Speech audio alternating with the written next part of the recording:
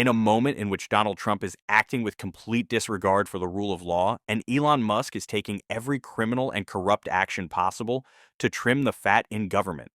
When in reality, what we know he is actually doing is diverting government funds to his businesses away from his competitors and making sure he can continue to take the criminal acts and practices in his business that have made him so much money. Democrats are stepping up, they're calling it out, they're personalizing these issues, and they're talking about this real coup that we're seeing in our government from Elon Musk and the takeover that Donald Trump promised. But it is now actualizing itself in a disastrous presidency and broken promises. And of course, one of the best Democrats in calling all of that out has been Jasmine Crockett, and she just did so in a clip that I want to check out. But before we do, if I could quickly ask you to leave a like on this video, and if you haven't already and you enjoy channel, to hit that subscribe button. It goes a long way, and it really means the world to me. Now let's check out Jasmine Crockett. Well, how is he doing this? Trump has designated Musk a special government employee, and as such, he should adhere to the same standards that apply to federal employees. According to the New York Times, Musk is widely seen as operating with a level of autonomy that almost no one can control. Musk has burrowed deep into federal agencies that are pivotal to running the federal government. According to Wired magazine, Musk has deployed a gaggle of teens and barely adult men who have taken control of the Office of Personnel Management and General Services Administration, and have gained access to the Treasury Department's payment system, potentially allowing him and them access to a vast range of sensitive information about tens of millions of citizens, businesses, and more. They identified 6 young men, all apparently between the ages of 19 and 24, according to public databases, their online presences, and other records, and found that they have little to no government experience and are now playing critical roles. That leads me to the elephant in the room. How is any of this legal? Alex Wagner is back with me, and joining me now is...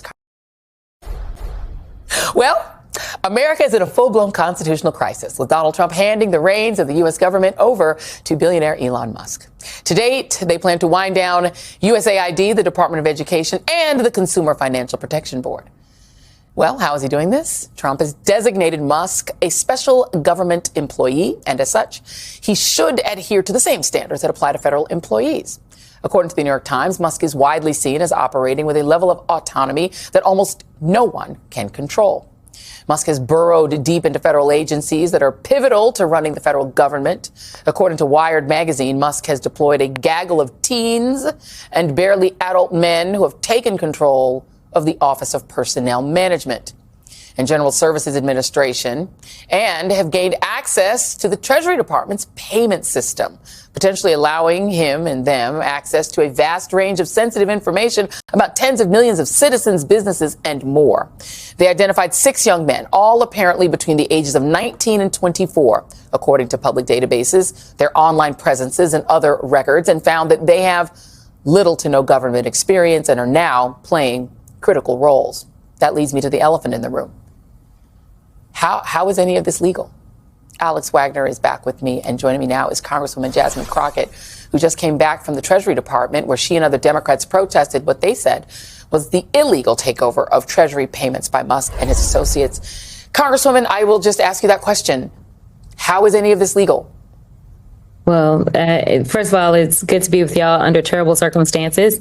I'd say that it's not legal, and we know that the legal challenges are already starting to work their way through court.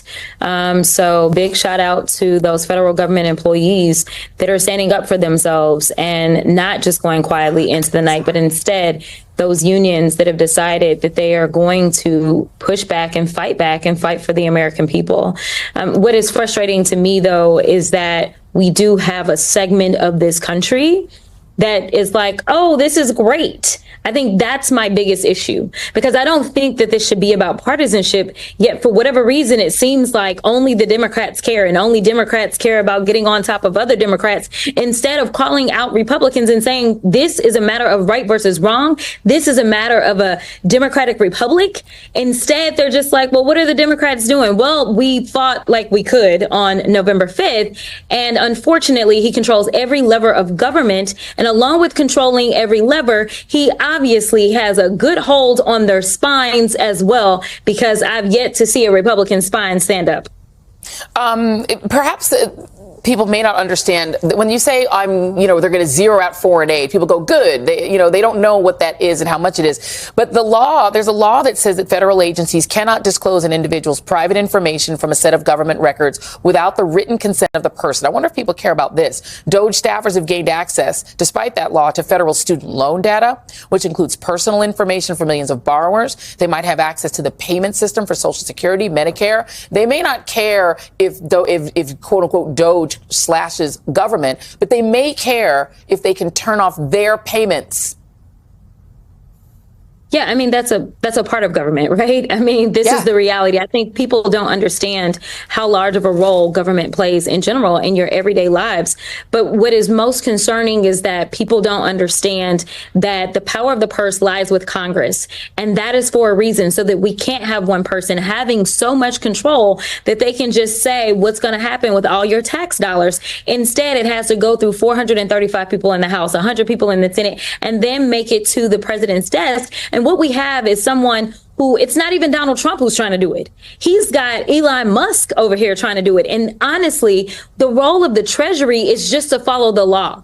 They are not there to be discretionary about what it is that they're doing. If we say this is how much somebody is supposed to get for their Social Security, then they are just supposed to make sure that they effectuate that payment. But right now, when they're saying, oh, we're finding all this waste, we're going to cut it out. Listen, you need to come holler at us in Congress then, because if we end up passing it through appropriations, which there is a question about whether or not we will get there, as we know that our next deadline is approaching on March 14th. And I fully anticipate that the government is going to shut down, because that is what Donald Trump likes to do. The last time we had a government shutdown, it was under Donald Trump. The only time that the longest shutdown we ever had was under Donald Trump. So you can't just go in and say, well, I don't want to pay this bill, so I'm going to just cut it off. I know that that's how he operates. I know that's why he ended up filing bankruptcy at least 6 times. I get that he doesn't pay his bills, but that is no way to run the United States of America.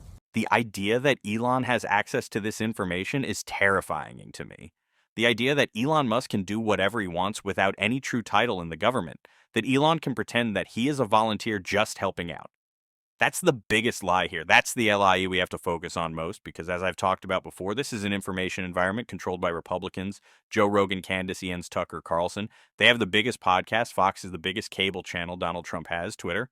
He's got Facebook, Instagram, TikTok in his back pocket, Google as well. Information is largely controlled by Republicans right now, and Elon Musk is pushing out this narrative that he's just helping out in the government, that he is, as I always say, and throw up the quotes, trimming the fat, when in fact Elon's doing the opposite. I saw a post from Elon Musk yesterday saying, oh, the same people who are going to attack me for firing people in government wanted to hire 89,000 new IRS agents. And I guess what Elon was trying to say there is, they want to charge you more tax dollars for IRS agents, but I don't know, attack me for cutting the government programs that you need. I don't know. It was a weird argument for me, but what he didn't mention is every dollar spent by the IRS brings back about 2,223 for Americans, 2,223 for every dollar we spend. And why? It's because those agents are going after you or me. I don't even know what they're going after Elon Musk. They're going after Jeff Bezos. They're going after Mark Zuckerberg. They're going after the biggest tax cheats, the biggest billionaires, the biggest corporations. And Elon hates that. He hates the oversight. He hates those who will call him out and hold him accountable for his corruption, for his criminality. That's what he really wants to get rid of in our government. And of course, he wants to get rid of your Social Security, Medicare, Medicaid. That's a whole different story. That's the narrative that we have to call out. And that is exactly what Jasmine Crockett was calling out right here. Let's give it up for Representative Frost. Next up, we have the wonderful Representative Jasmine Crockett from Texas.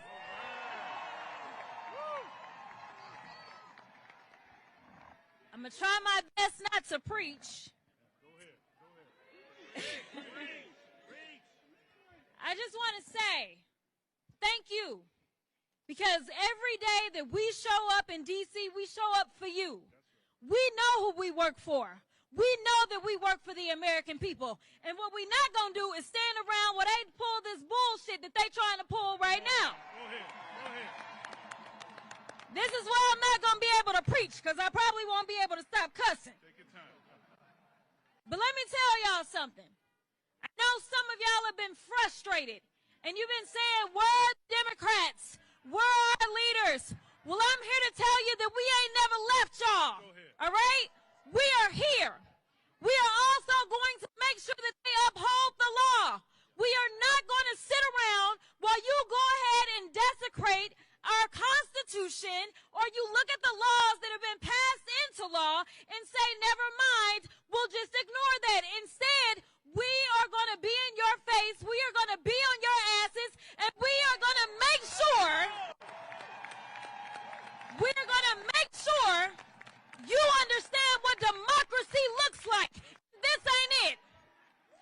So let me tell you something, Mr. Trump.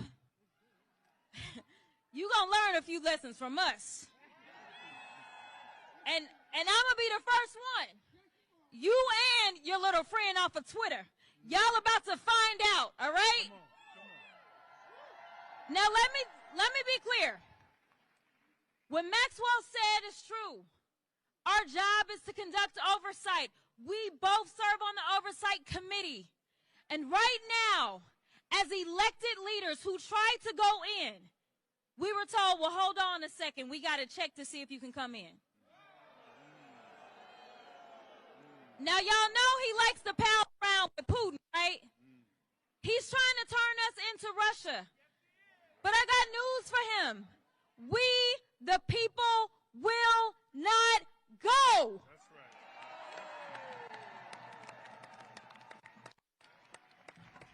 It's cold out here, and yeah, we won't go. We won't go. We won't go. We won't go. Listen, the final thing I'm going to say is there are those that have said that we may face a constitutional crisis. I want you to know that the crisis is here. I want you to know that the power belongs to the people, though, y'all. Do not feel powerless.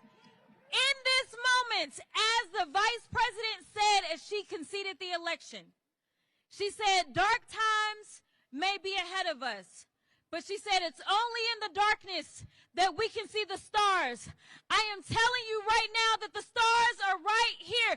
It is time for us to shine. It is time for us to be heard. It is time for us to make sure that they know we will not go. Thank you. All right, next up we've got... The idea that this has been allowed is still baffling to me, that this authoritarian, this oligarchy, the richest man in the world, the biggest political donor, the biggest government contractor now has unlimited access, unlimited power over our government agencies. It's one thing for Trump to assert himself as dictator on day one. I'm the president. I can control these agencies unconstitutionally, mind you. But for unelected Elon to think he can do so just goes to show that dark money isn't in our politics anymore. People always say it's entrenched in our politics. It is our politics, and we have to make Elon the face of it and fight back against it. When we talk about issues that are important and salient, that's one right there. That's what we have to focus on. It's what we're going to be talking about on this show every single day. And if you want to support that, as always, you can hit that subscribe button. You can leave a like on this video. And if you stuck around at the end, you can drop a blue heart in the comments. And until next time, I'll see you soon.